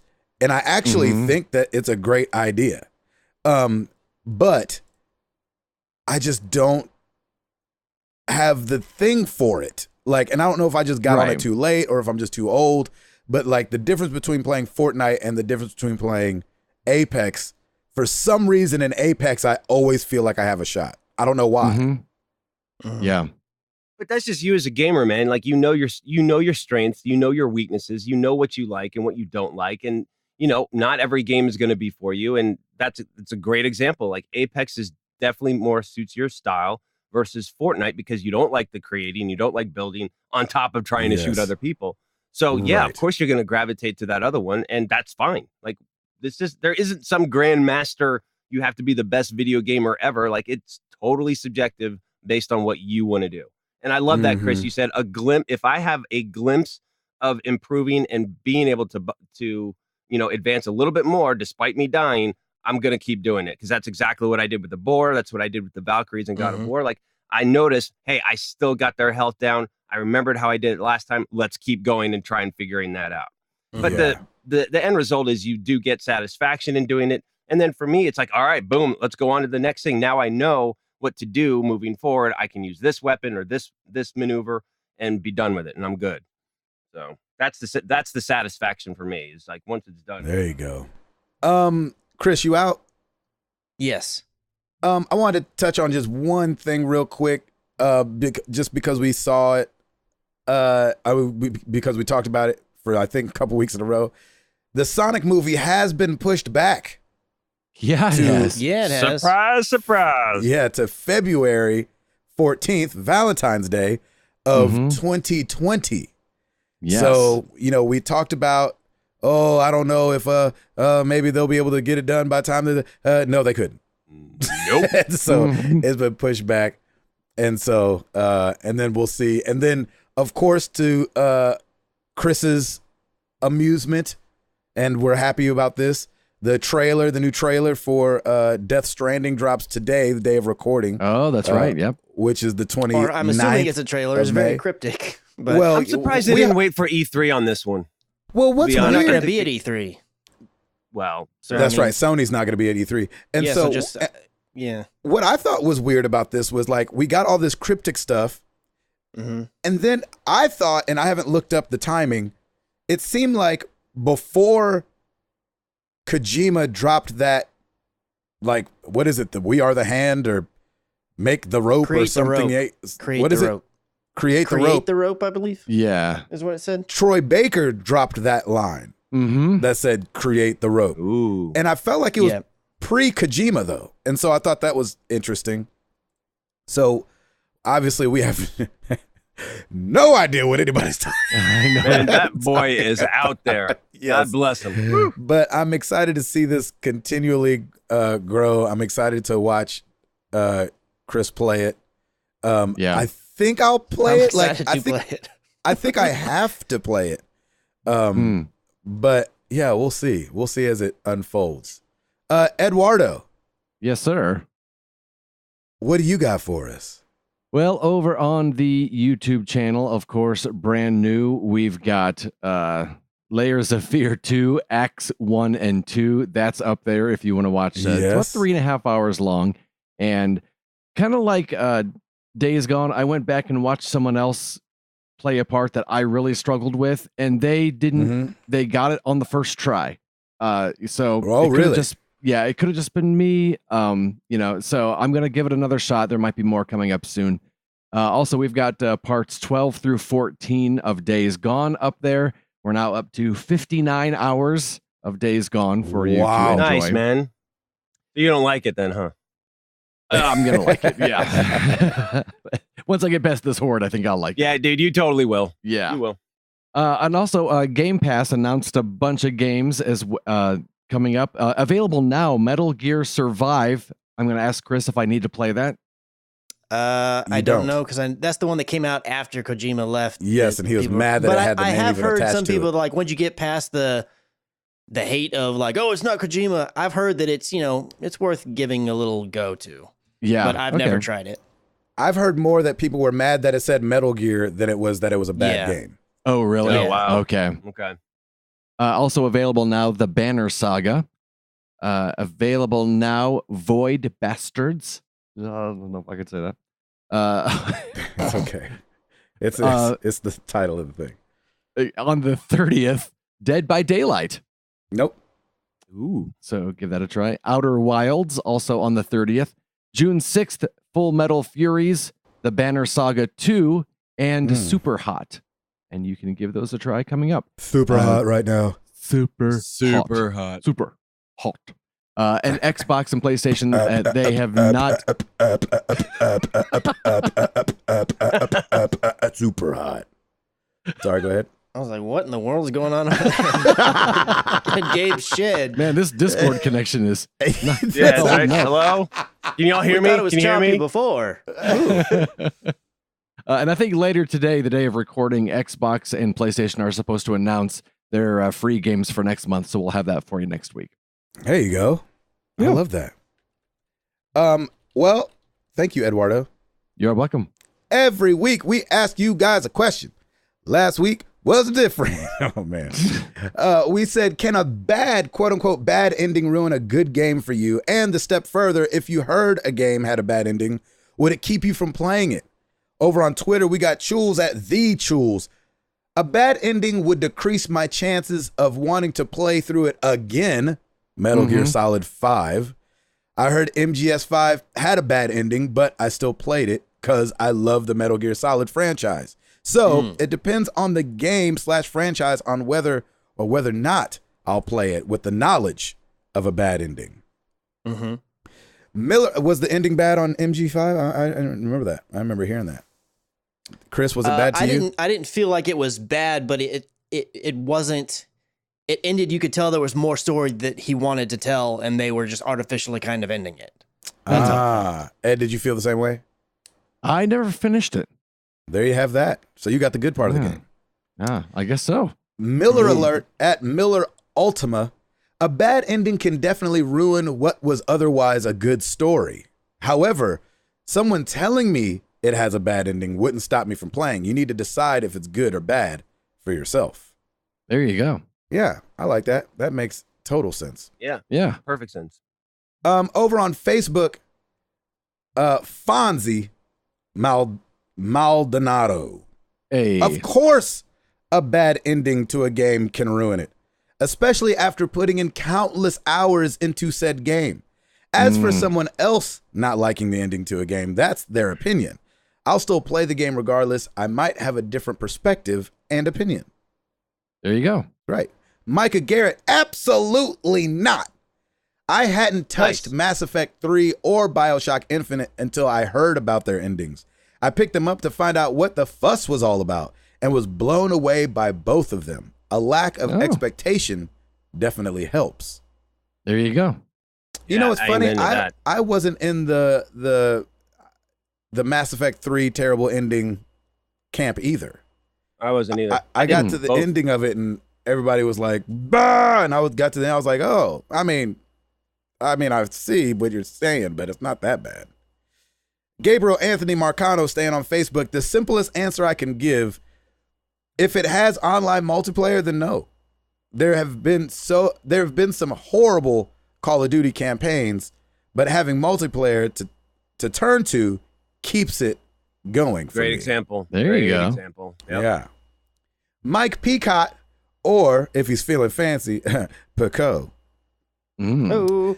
Yes and no. A bad ending does taint the game to a certain extent, but when people tell me a game has a bad ending, I'll still play it and see for myself. Like Mass Effect 3, so many people dodged the ending. Oh, there you go. Interesting. Over on the Discord, Bad Gamer Elite, I haven't come across a bad ending in my opinion. Most games end how the writers want them to. I have to remind myself, although I may have written it differently, it doesn't make it bad. Although Far Cry 3 could have ended with, and he says a name. I don't want, maybe it spoils it. I don't want to spoil Far Cry 3 for anybody who hasn't played it, even though we're 3 games past that now.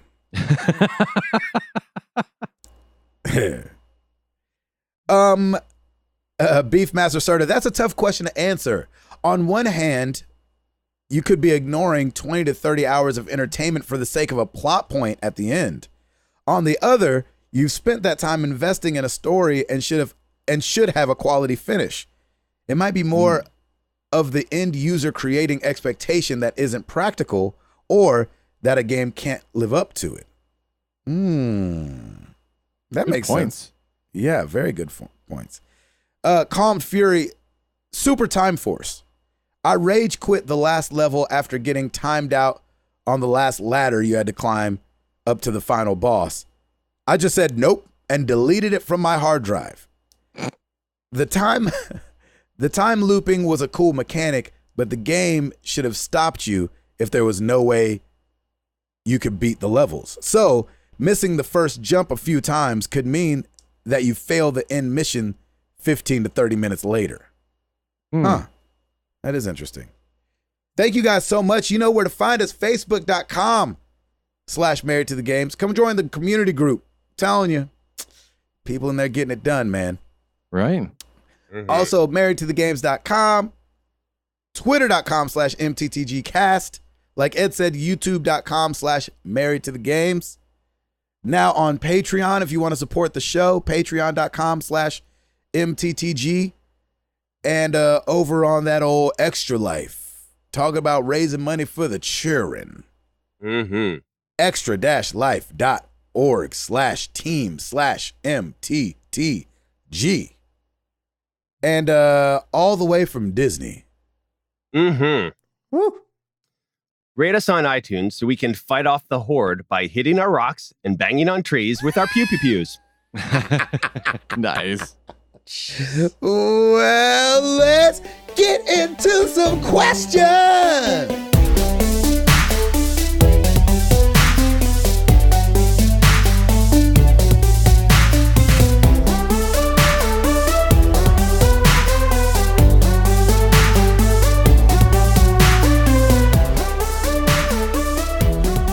Seriously, like every week, just write to him. No, no, it's not happening. You guys provide too much entertainment. He's nice and witty and everything, but everybody cracks up when I call on you guys. Oh yeah, it's that pause. That's exactly it. The pause is the funny part. Yeah. Or when Chris doesn't see it coming, that brings like, so much joy to me. It's great. It's like, not the pause. It's when you go, Chris, and he goes, "Yep." Yeah, exactly. Oh, yeah. And Ed, you just go quiet for a second. You're like, rate us on iTunes, and then you like just stall. Yeah, it's great. Your method is great. You pause, stall, and then you get it. It's nice. I love it. And then his improv kicks in. Yep. Exactly. Every time I'm ready to go. Gabe knows I'm ready to go every time. I know. It's awesome. Chris better be glad you were at Disney. That's you 2 weeks in a row. Yeah. Right? Chris, I'm coming to you next week, so just know. No. Be ready. It's going to Ed. I know. Right? Hey, we got a great email from Scott. I'll sum it up, but you can always email us at mailbag@marriedtothegames. He had so many nice, encouraging words to say. So his company's headquarters had moved, so he went from a 30-minute commute to a 2-hour commute. Whoosh. And each way, he said, 1 hour and 45 minutes one way. It's insane. And so he ended up loading up all of our episodes, and he is completely caught up with all of our episodes. That's and he just had some great, super encouraging words about how it made the commute so much better. And he just really loved the positivity. So Scott, thank you so much for that email. We definitely appreciate it. That was awesome. Moving over to Discord, Jared Orr, do you have any games that you regret buying this generation? I never should have bought Mass Effect Andromeda and Star Wars Battlefront 2. I was so hyped for both of those games. I stopped playing Mass Effect after 2 hours. The Star Wars campaign was an affront to the franchise, and the multiplayer was, well, loot boxes. Very true. That bad, right? Gracious. This generation. I'm gonna open up my drawer. Regret. Oh yes, Fine. Yakuza 0. I bought Yakuza. Did you fall asleep during that? No, that was Ico or Ito or Ico. That's right. That's right. Ito. Sorry, I was just thinking about a video game with the judge from the O.J. Simpson trial running around. That'd be funny. Yeah, not guilty. Awesome. Everybody's like, what? But he did it. I'm just kidding. Yeah, Yakuza. I think I just got a little too excited and ahead of myself on that one. Not that it was a bad game, but I think deep down I knew I would go play that game. Chris? I shouldn't have bought the original Titanfall because I did not like it. Oh, wow. I mean, and then so even here more recently, I probably shouldn't have bought Division 2 because I knew I didn't like Division 1. And I was like, I just bought into the whole, like, everybody is playing it and everybody's enjoying it. I was like, well, maybe that's the reason I didn't like the first one because I wasn't playing with a bunch of friends. I was playing, a little bit by myself. And now I still just don't really care. So probably shouldn't have messed with it. Should trust in my gut a little bit more on that one. Ed? I probably shouldn't have gotten Fallout 4. Man. I couldn't get into it, and I know it's so there's just a ton of game that I just never even experienced. Right. Did you beat it or anything? No. I played for maybe a day. Oh my gosh. Actually, that's exactly mine as well, Ed, because I played it for probably 3 to 4 hours and I'm like, I'm done. And I finished Fallout 3 and I'd kind of had some hype on it. I was ready to go, but then once I got into it, I'm like, nope, I can't. Shoot. Yeah. What say you, Tim? Is that the same one for you? Yeah, same one. Yep. Good question, man. That was a good one. Yeah. But I feel like we've had this generation. I'll throw it back to you. Do you think this generation has better quality games than last generation? As long as last generation was, there were so many good games that came out of it. But do you think this generation's better? I think it's on par with all of them. I mean, I think every console generation, you see some terrible games and you see some amazing games. And I don't think there's been a console generation yet where everything was quality. Like there's gonna be the ones that I don't think it ever will be. Yeah. So that's my quick Lord answer. Zukor, what's a weird habit you formed as an adult that you wouldn't have dreamed of as a kid? For example, I always park in the same row at the grocery store so that I can make a quick escape afterwards. A weird habit you formed as an adult that you wouldn't have dreamed of as a kid. Shoot, I know I have one. I mean, we all have quirks, right? Chris, you have one off the top of your head? No, I'm sure I could think of 1,000 if you give me a minute. Right. I know. After the podcast, we'll know. Exactly. There you go. Yeah. What's yours, Tim? I always like to make everything, like as far as tips or even when I pump my gas, everything even. So if I'm pumping gas and I'll try and get to $22 instead of like $21.95 or something like that. If I pay a bill and add tip, I always add it up so that something.00. So I always I always zero out the dollar amounts on whatever. It's just a weird thing. I don't know why, but it just brings me joy. There you go. Ed? Man, I can't think of. I feel like all of my weird habits I've adopted way earlier than adulthood. I can't think of anything. I don't know. It's not a habit really, but like as a kid, I was a city boy growing up, and then I was also raised by a single mom. I think I never saw myself being as hands-on with building things for my home as I've turned out to be. Oh yeah. Like growing up, everything was like, call the guy. Like you call the plumber to do the thing. You call the such and such to do the thing. You call the such a, and like my dad wasn't hands-on with stuff. Like he wasn't like messing around with his cars and stuff like that. And so as I've gotten older, like I'm surprised that like as a kid, I don't think I ever would have seen myself as like and then you're going to build this, and you're going to lay hardwood floor, and you're going to do a concrete countertop, and you're going to, I don't think I ever would have saw myself doing that stuff. That's good. Yeah. For me, it probably, this is, I guess the one thing I think is getting up early and of my own choice. Like when I was young, I was always the sleeping kid. I was the, up at noon. That's what I was. So and not because like I have to get to work, even on my days off, like a Saturday, Sunday, or on vacation, like I'm up at, if sleeping into me is like maybe 8. So I'm up early. And so I don't think I would have ever thought I was going to be that way when I was younger, for sure. Interesting. Yep. That totally makes sense. That's good. All right. Good stuff. Stumpwater Jack, got any good stories during your engagements to your respective spouses? To specify, the time after you proposed, but before the wedding, though the proposal story works if you can't think of anything. Oh, wow. Man, we were only engaged for 4 months. And so a lot of it was, I can say this. There was a guy, he was my mentor growing up, like when I was a teenager. And like looking back, I cringe at this. But like when I got engaged to Jenny, I asked him if she could move into his house while we were engaged so she didn't have to re-up her apartment, because I didn't come up like she was going to come live at my house until we got married. And so I remember sitting down with him and being like, so, me and Jenny got engaged and everything, blah, blah, blah, blah, blah. Do you think she could live with y'all? Like looking back, I'm like, what an ask. Like, that's a huge question to ask somebody. He's an older gentleman. He's married. His kids had grown up and moved out. And so he has this ginormous house with just him and his wife. And I think at the time I was just thinking like, oh, he loves me. Like, I wonder if she could go live there. And so that was an interesting thing. Wow. And he didn't make me feel weird about it. He was like, of course she can. And so she lived over at Phil's house for like 4 months or 4. It might have been a little longer. I think 2 months maybe. So anyway, yeah, that was a weird thing for us. Chris, you got anything?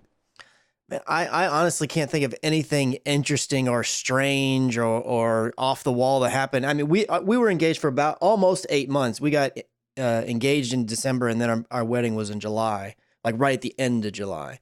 So, I mean, I can't think of anything that was out of the ordinary or strange or interesting. I mean, nothing really stands out that I can think of.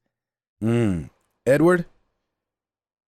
When I proposed to Sarah, I was living in Pennsylvania and she was still here in Indiana. And so for the 3.5 months that we were engaged, we would call each other and I would read, I read and she listened and we discussed the 5 love languages and Men Are From Mars, Women Are From Venus. That's good preparation. So we'd call each other each night. Yeah, it was good. That's awesome. Was that a weird thing to stop doing?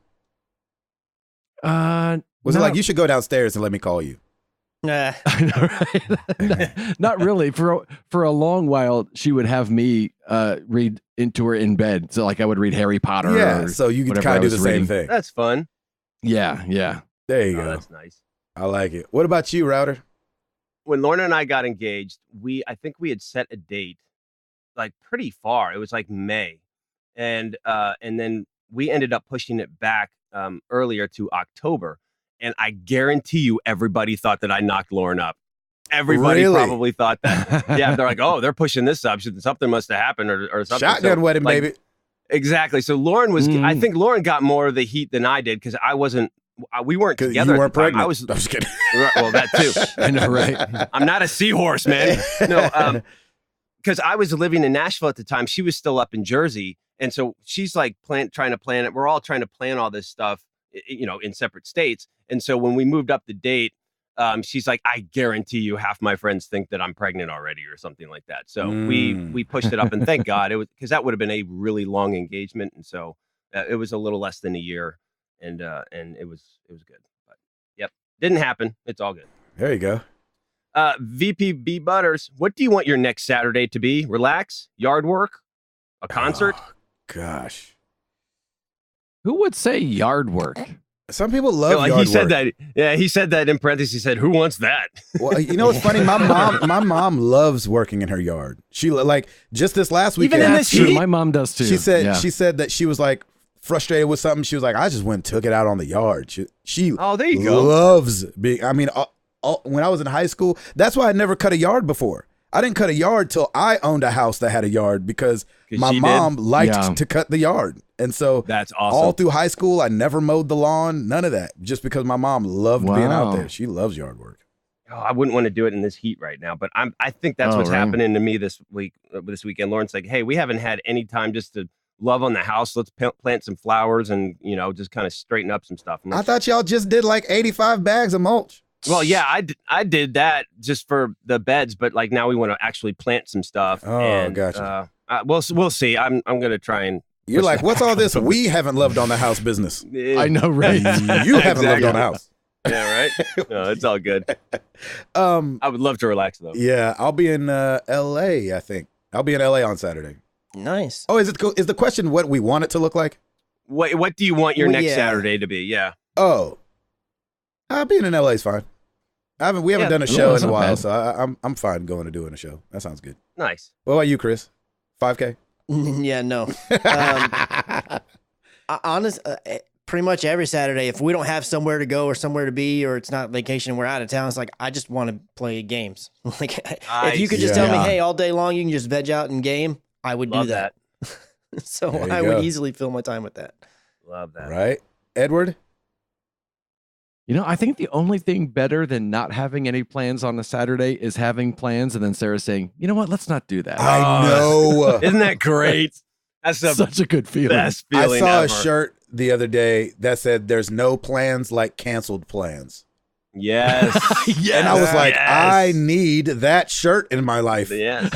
That's exactly right. When somebody says you have to do something and then it doesn't happen, that junk is like the clouds part. Yep. Oh my gosh. God says, I love you, Alfalfa. That's awesome. All right. Bad Gamer Elite, our boy. Oh, should we give him a huge shout out for his little gametography stuff that happened with? He got that was amazing with pick of the week, 2, right? From PlayStation on Instagram. Yeah, man. Yeah, that was awesome. Shout out to you, Lem. That's awesome. He's getting love. We knew him when. Yeah, that's right. Mm-hmm. Mark that down. That's right. Dude, it's really good too, man. Like he is good. On point with that. Yeah, he really is. Love you, Lem. That's awesome. Takes him quadruple the time to beat a game.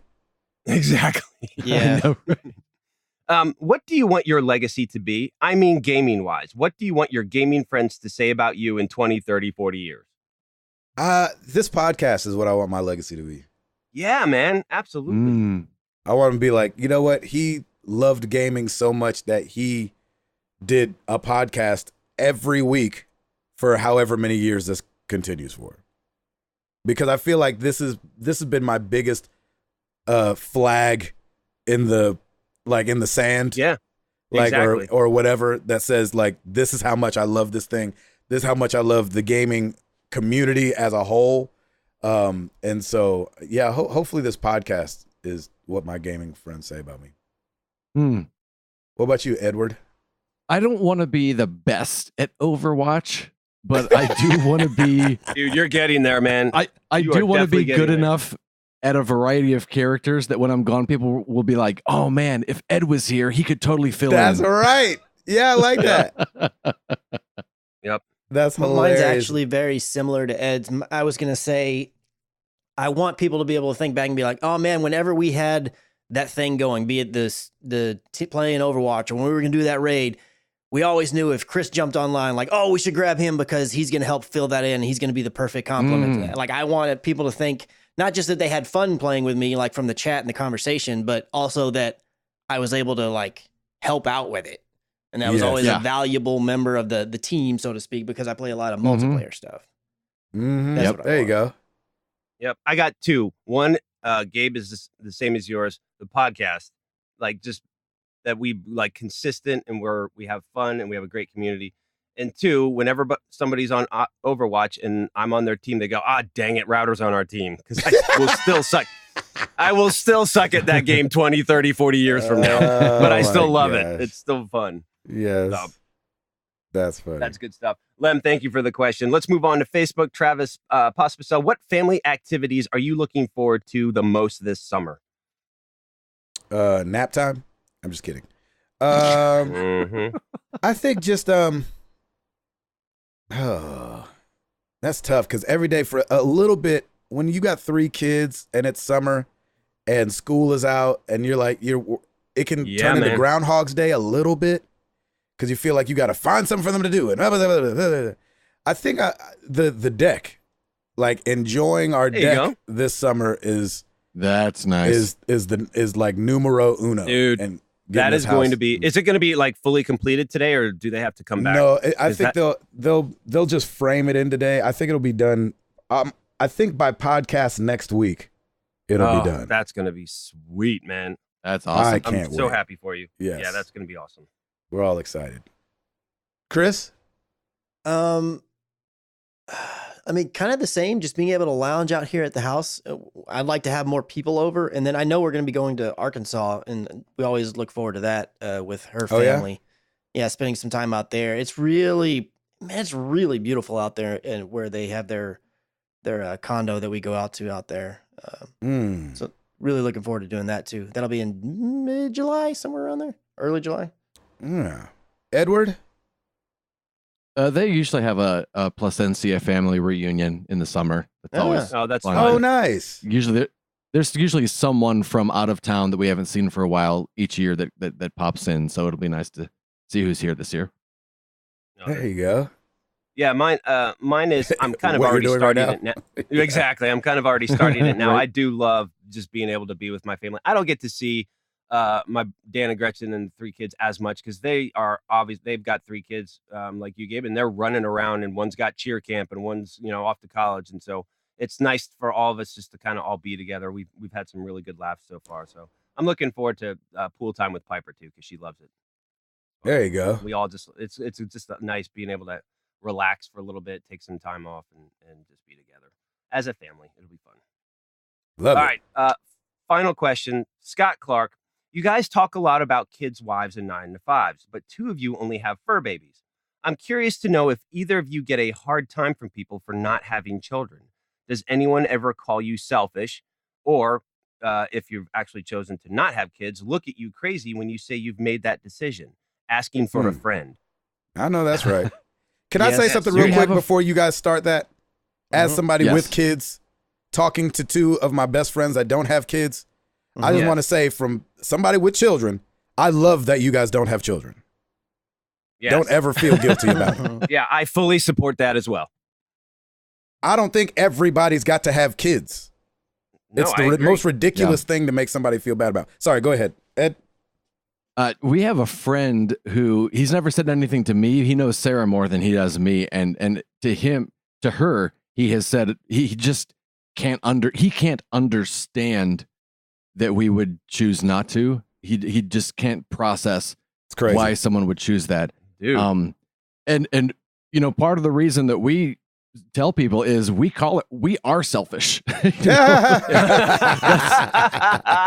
That's part of the reason. Dude, I love it. That's great. It's a lot of hard work, and neither one of us feel up to doing that. I know that's right. That's hilarious and awesome. Chris?